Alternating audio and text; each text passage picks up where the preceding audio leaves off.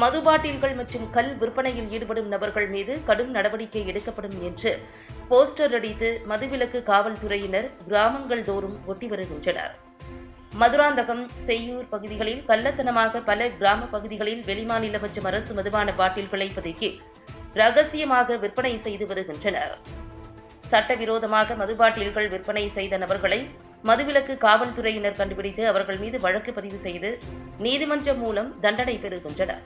இந்நிலையில் செங்கல்பட்டு மாவட்ட காவல் கண்காணிப்பாளர் சாய் பிரணீத் உத்தரவின் பேரில் மதுராந்தகம் மதுவிலக்கு காவல்துறையினர் கள்ளத்தனமாக மது பாட்டில்கள் மற்றும் கல் விற்பனையில் ஈடுபடும் நபர்கள் மீது வழக்கு பதிவு செய்யப்படும் என்றும், சிறைக்கு செல்ல நேரிடும், சம்பந்தப்பட்டவர்களின் வங்கிக் கணக்குகள் முடக்கப்படும், குற்றம் நிரூபிக்கப்பட்டால் 50,000 அபராதம் மற்றும் சிறை தண்டனையும் விதிக்கப்படும் என வாசகங்கள் அடங்கிய வால் போஸ்டர்களை அடித்து மதுராந்தகம், சூனாம்பேடு, செய்யூர், முதலியார்குப்பம், நயினார்குப்பம் என பனைமரம் அதிகமாக உள்ள கிராமங்களிலும் பொதுமக்கள் பார்வையில் படும்படியான போஸ்டர்கள் ஒட்டி வருகின்றனர்.